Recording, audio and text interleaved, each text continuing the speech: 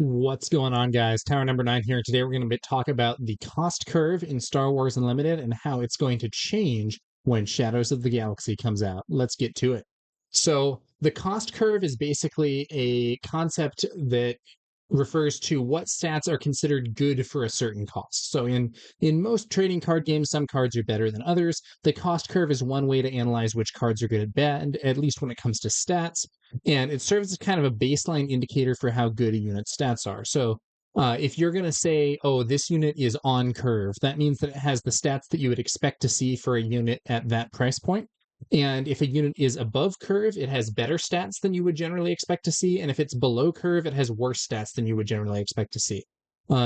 It's worth noting, first off, that this curve is largely based on units that are competitive, not the entire pool. There are going to be some cards that are kind of bad and that are not really considered worthwhile necessarily. The other thing is that it is not the be-all, end-all. There are units that have below-curve stats but have really good abilities and see a lot of play. In fact, some of the best cards in the game are arguably below the curve. However, this can still be a useful baseline for card assessment because it gives you an idea of, like, okay, what am I getting? Like, am I getting, like, good default stats for this price? Or is this card's text going to have to make up for poor stats? Or what are we looking at? So thus far, Star Wars Unlimited has had a fairly clear cost curve in Spark of Rebellion, but Shadows of the Galaxy is going to be changing that in some ways that we will discuss further.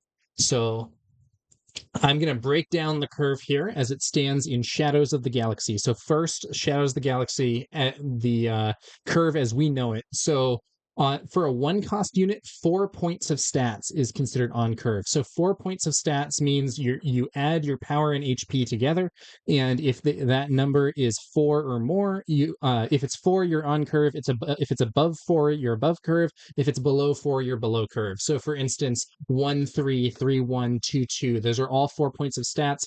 All of those would be on curve. Of those, 3, 1 is probably the best of those stat distributions because 3 damage is a relevant breakpoint for fighting early enemy units. There are a lot of units that have 3 HP, so if you hit for 2, you wouldn't take one of those out, but if you hit for 3, you would be able to. So we see cards like the Death Star Stormtrooper being more able to trade with opponents' early units compared to some other one costs like this Spec Force Soldier who's a 2/2. One cost units do suffer a bit from being inefficient on their own because if you play a one cost unit and you don't have another play to use your other resource, you're sort of leaving value on the table. Their stats are actually kind of good for the price compared to some other things, but they often end up in unfavorable trades. If I play a one cost 2/2 and my opponent plays a 2 cost 2/3, both of which are stat lines that are pretty commonly available, my opponent's unit is able to defeat my unit if they end up clashing and remain on the board. So the one cost units get 4 points of stats. The 3/1s are probably the best stat lines there. There are a few one cost units that are below the curve. So for instance, I believe Alliance Dispatcher is a 1/2, but Alliance Dispatcher has a really, really good ability to make up for it. So, that's kind of where we're looking there. There is actually one above curve one cost unit, and that is good old R2D2 Ignoring Protocol, who is a one cost 1/4. That's a good stat line for one cost. That's something that you would more expect to see on a 2 cost unit. And I think it's one of the reasons that R2D2 has seen a fair amount of play. If poor Chopper were a 1/4, I think he would see a lot of play, but at 1/3, he is not quite there. Okay. So next, we'll talk about 2 cost units. 2 cost units tend to have 5 points of stats. So 5 points of stats is on curve for a 2 cost unit. A 1/4, a 3/2, a 2/3, all pretty common at 2 cost. There are no 4/1 2 costers yet thus far. However, that would be 5 points of stats, but we have not seen any units like that. I know that there's been some discussion about HP being more valuable about power being more valuable than HP. I think that's true in some cases, but not others. It isn't clear to me that they're systematically pricing one above the other. We've seen a discussion, for instance, from Tyler about how Echo Base Defender was originally 3/4 and it was nerfed to 4/3, so increasing power in that case made the unit worse. Similarly, 3/4s are more popular than 4/3s in aggro builds, so like Sabine Green is playing Fighters for Freedom over Echo Base Defender because you want to get 4 HP, so you're above that 3 HP break point, and you're not going to be defeated by opposing early units that have 3 power. If there were a 4/1 2 coster, it would probably be very good, but that type of card doesn't exist at this point. that 3 damage breakpoint is a pretty big deal. So 3/2s are more control, and 2/3s are more aggro. This is something that might not immediately be apparent, but basically, if you're a 2/3, you're somewhat more survivable, and aggro wants to have its units live and deal damage. If you're a 3/2, you're less survivable, but that 3 power means you're more equipped to trade with opposing units, which is a little more control oriented because control wants to be trading units and making the game go long. It's a little weird because you would sort of expect the unit that hit harder to be more aggro, but that's not quite how it's panned out, at least in Shadows of the Galaxy. And thus we see Sabine playing, a Sabine deck would be more likely to play something like like a 2-cost 2/3 with Saboteur. I think that's Rebel Pathfinder rather than say, if you had a 2-cost 3/2 with Saboteur, which we sort of do. We sort of do and we sort of don't. The problem is that I believe that the existing 2-cost 3/2 Saboteur um is a non-heroism unit, so it doesn't interact well with For a Cause compared to the Rebel Pathfinder. Um, so that complicates things a little bit, but I think the 2/3 stat line is actually preferable for a Sabine deck. 2/3 stat line is somewhat out of fashion outside of certain aggro decks, though it's not unplayable. Early on, when people were messing around with previewed cards before the game had actually come out, 2/3 seemed like the basic stat line that people wanted to have, and 2/3 units have really gotten a lot less popular, at least in non-aggro decks, because they don't have what it takes to deal with early units in all situations. There is one above curve 2-cost in Shadows of the Galaxy. That is the classic Battlefield Marine. And this is a good example of a card where it's totally vanilla. It has no text at all, but just being a card with above curve stats has put this in a really strong spot. It's a common. It's a really sort of basic kind of card, but it's also a really strong card. Because I was talking earlier about 3/2 and 2/3 and which one you might want in aggro versus control. 3/3 is the best of both worlds. Not only can you take out opposing units with 3 HP, you can also survive 2 damage effects, and Battlefield Marine has been a very popular card. Okay, when you go to 3 cost, we're looking at 7 points of stats. So that's what we see as the curve. And I think nearly all of these are 3/4 and 4/3. 3/4 is out of range of almost all turn 1 units, as we've been discussing, since there's no 4/1, which helps a lot because it means that your unit is not going to potentially trade unfavorably. The Echo-based Defender here is a 4/3, which hits harder on offense compared to a 3/4, and its Sentinel means that the opponent has to attack into it and potentially take some damage. The main downside with this card, and I think the reason that we're not seeing it being played very much even in these green Sabine decks, is simply that if the opponent leads off with a Viper Probe Droid or some other 3/2 unit, that trades with the Echo-based Defender and you ended up trading down. So people are playing more resilient units instead to avoid that prospect. Spark of Rebellion does have one conditional 3/5 and one unconditional 3/5. So we have Emperor's Royal Guard. This is while you control Emperor Palpatine as a leader or unit, it gets +1 HP. So in an Emperor Palpatine deck, this is a 3-cost 3/5 and very strong. There is also one unconditional 3/5, and that is the infamous Boba Fett Disintegrator, considered one of the best and most valuable cards in the game. Not only does he have a very strong ability, but he also has above curve stats. So 3 for a 3/5 is 8 points of stats, not 7, and is notably better than some other units. And there are a bunch of things that are sort of in trouble against Boba that would be able to handle other threats. So Open Fire does not kill Boba, but would kill a 3/4. The Echo-based Defender that we showed earlier Boba would kill it and remain alive on 1 HP. Whereas if the opponent played a 3/4 unit instead, and they fought, they would trade. So Boba has a very strong stat line as well as his strong ability. Now, of course, he is a double aspect unique character, but he is notably above the curve in Shadows of the I'm sorry, not in Shadows of the Galaxy, in Spark of Rebellion. Okay, so so that's 3 cost, 7 points of stats. 4 cost, you get 9 points of stats. So there are fewer 4 cost units than there are 2s and 3s, but there are 4/5s and 5/4s. So Kanan Jarrus here is a 4/5. He also has a pretty good ability, and he has a bunch of relevant traits. Force, Rebel, and Spectre all have a lot of synergies. There are also some interesting cases here where there are units that are above curve, but they have weird stats. So Jabba the Hutt is I think he's a 2/8. So that's 10 points of stats, which is above the curve. But it's sort of a weird distribution of stats because only having 2 strength means that you don't even reliably defeat opponents' turn 1 plays in 1 attack, which is not what you most want. The Consular Security Force in turn is a 3/7, which is also above the curve, but it has weird stats. And then we have this guy, Lieutenant Childson. So he can be above the curve, but only conditionally because it matters how many vigilance cards you reveal. He's also vulnerable to upgrade removal. If he gets captured, he comes back into play and loses all the experience. So then he's a 2/2, which is really bad. There are just a lot of weird things with Childson, but he is one of the most efficient cards if you play him for max value. The problem is that for most decks, playing him for max value and revealing 4 blue cards means that you skip to play on turn 1 or turn 2. So to get that big value on turn 3, you actually gave up a play that could have been a bunch of value earlier. So interesting trade-off there. Um, 4 cost is also an interesting point in the curve because it's where units with no immediate impact start hurting.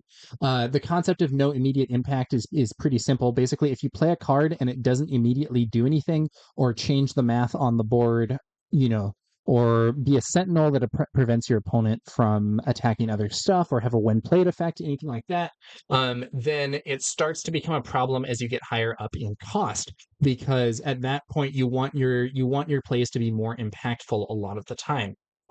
Relatively few 4 cost units have seen competitive play in Spark of Rebellion, but there also just aren't that many to choose from. Next up, we have a discrepancy in the curve. That is, at 5 cost, you only actually get 10 points of stats. So despite 2 cost, at 3 cost, 4 cost being 5 points of stats, 7 points of stats, 9 points of stats, you would think that 5 cost would be 11, but nope, it's only 10. So this is a notable weird weakness for 5 cost units in Spark of Rebellion. For whatever reason, they get a little less value out of their price than units in other points on the curve.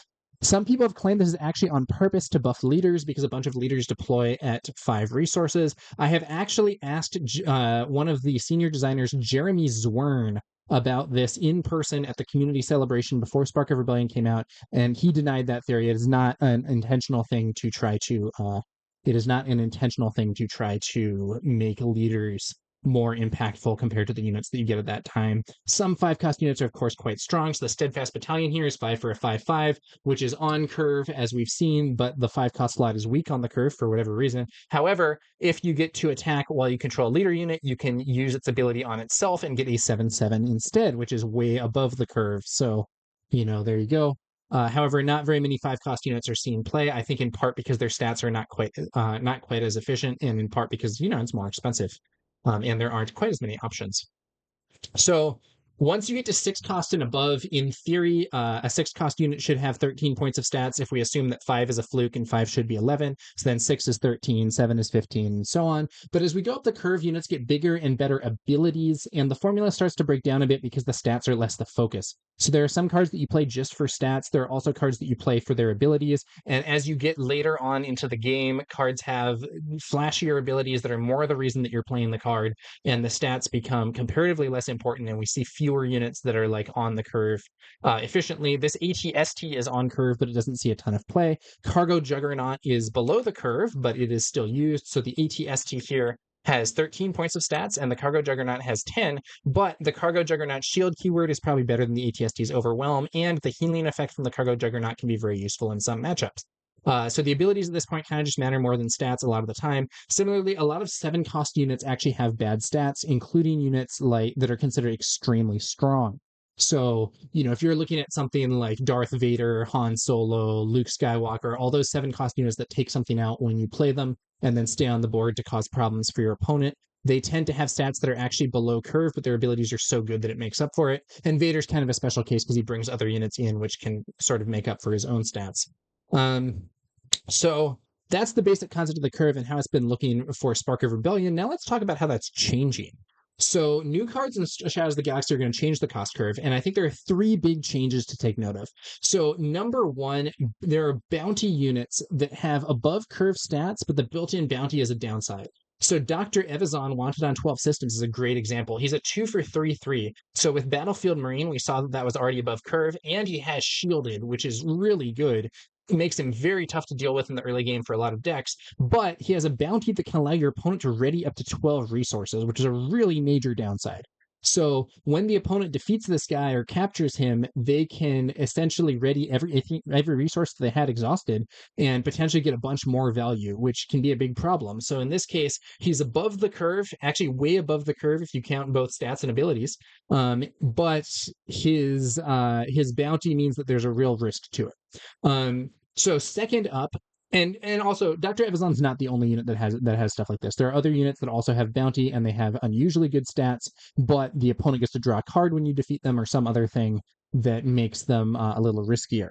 So the second big change with Shadows of the Galaxy is there are now several 3-cost 3/5 units people can use. So earlier I was discussing how Boba Fett Disintegrator is above the curve because he's a 3-cost 3/5. Well, here's Toro Calican, Ambitious Upstart. Not only is he a 3-cost 3/5, he also has a good ability, and he's not even particularly rare. He's an uncommon.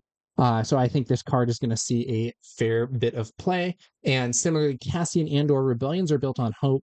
Again, 3-cost 3/5 with actually a really strong ability when played with Smuggle. So very strong, flexible card. And again, something that I think is going to see a ton of play and also an uncommon.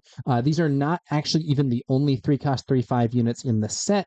But I think that there has been a notable change on the cost curve where for whatever reason, 3-cost 3/5, 8 points of stats is now does appear to be sort of the new standard for a unit that has good stats at 3 costs. So 3-cost 3/4s are looking a little worse. That doesn't mean that you will never play them. You know, I still play Fleet Lieutenant, which is a 3-cost 3/3 because its ability is amazing. But 3-cost 3/4 isn't going to look as good with 3-cost 3/5s now available, and so the curve is maybe going to shift upwards, and we'll see how that goes. But something to consider at the 3-drop slot in particular. And then last but not least, the third major change for Shadows is that the 5-cost gap in the curve has been fixed. So here we have Resourceful Pursuers. This is a 5-cost 5/6 with Saboteur. So that is on the projected curve of 11, not on what we saw with Spark of Rebellion, where 5-cost units only had 10 points of stats. So 11 is in fact on curve, and there are even a few units that are above that. Zuckuss here is 5 for a 6/6 that actually has relevant text as well. And then Poe Dameron is 5 for a 6/6 with a very strong ability. So I think 11 points of stats is the new curve, and then Zuckuss and Poe are above that with 12 points of stats. We'll have to see how this affects deck building, but I do think more 5-cost units could be seen play soon because that kind of inefficiency has been corrected. So with Shadows of the Galaxy as a whole, I think a lot of units are on a pretty similar power level to what we saw in Spark of Rebellion, but there is a notable shift in that the 5-cost slot has got stronger, and 3-cost 3/5s are no longer this weird thing that Boba has and that Emperor's Royal Guard has in one deck, but then nothing else has. Instead, they're actually becoming much more available, and so 3-cost 3/4s are looking a little worse now that 3-cost 3/5s are out there. All right.